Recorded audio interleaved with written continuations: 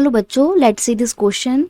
And here this question says, why did Mahatma Gandhi relaunch the civil disobedience movement with treat apprehension? Explain. Question आपसे बोल रहा है कि गांधी जी ने non corporation movement को दोबारा से लॉन्च क्यों किया था। देखो, नॉन कॉर्पोरेशन मूवमेंट की अगर मैं आपको थोड़ी सी कहानी बताऊं तो non corporation movement Gandhi ji ने शुरू किया था 1930 में। और शुरू किया क्यों किया, कैसे किया था, तो गांधी जी ने इस मूवमेंट को स्टार्ट किया था अपनी सॉल्ट मार्च से। ठीक है, उसमें इनके 78 वॉलंटियर्स इनके साथ जाते हैं और गांधी जी डांडी पहुंच के साबरमती से अपनी यात्रा शुरू करते हैं। और यात्रा शुरू होने के बाद वो डांडी में ख़त्म होती है और डांडी में नमक बना के वो सॉल्ट लॉ को डिफाई करते हैं और यहीं से सिविल डिसओबीडियंस मूवमेंट शुरू हो जाता है, जिसमें लोग शांतिपूर्वक ब्रिटिश गवर्नमेंट के बनाए हुए काले कानूनों का या गलत कानूनों को अपोज करते हैं। ठीक है, तो 1930 में मूवमेंट शुरू होता है, काफ़ी अच्छे तरीके से चलता है। लेकिन बीच में गांधी जी के साथ वायसराय लॉर्ड इरविन अपना एक शांति समझौता कह सकते हो, पीस ट्रीटी करते हैं, जिसको गांधी इरविन पैक्ट कहते हैं।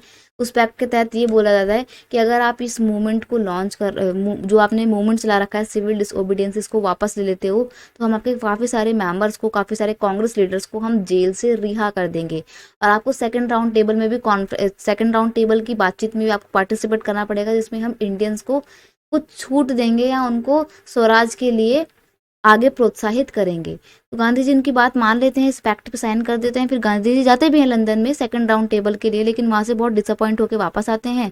वापस आकर देखते हैं कि गवर्नमेंट ने जो जो प्रॉमिस किए थे वो तो पूरे किए नहीं, साथ ही साथ एक गलत तरीके से रिप्रेशन और चल रहा है इंडियंस का। तो गांधी जी को बहुत गुस्सा आता है और गांधी जी अगेन क्या करते हैं, अपना ये सिविल डिसओबीडियंस मूवमेंट को लॉन्च कर देते हैं। तो ये तो थी पूरी कहानी इस मूवमेंट को लॉन्च करने के पीछे की। इसको लिखेंगे कैसे वो आप यहाँ पे समझिए। In December 1931 Gandhi ji went to London for the second round table conference. 1931 में गांधी जी कहाँ जाते हैं, सेकंड राउंड टेबल में जाते हैं, लंदन के सेकंड राउंड टेबल अटेंड करने के लिए जाते हैं लंदन में। But the negotiation were broke down and he return disappointed. लेकिन वहाँ पर जाके ना कोई बातचीत हो नहीं पाती है। कहाँ पर जाके, सेकंड राउंड टेबल कॉन्फ्रेंस पर जाके कोई बातचीत नहीं हो पाती, नेगोशिएशन नहीं हो पाता। तो गांधी जी बड़े दुखी होकर, निराश होकर वापस इंडिया आ जाते हैं। Back in India, he discovered that the government had begun a new cycle of repression.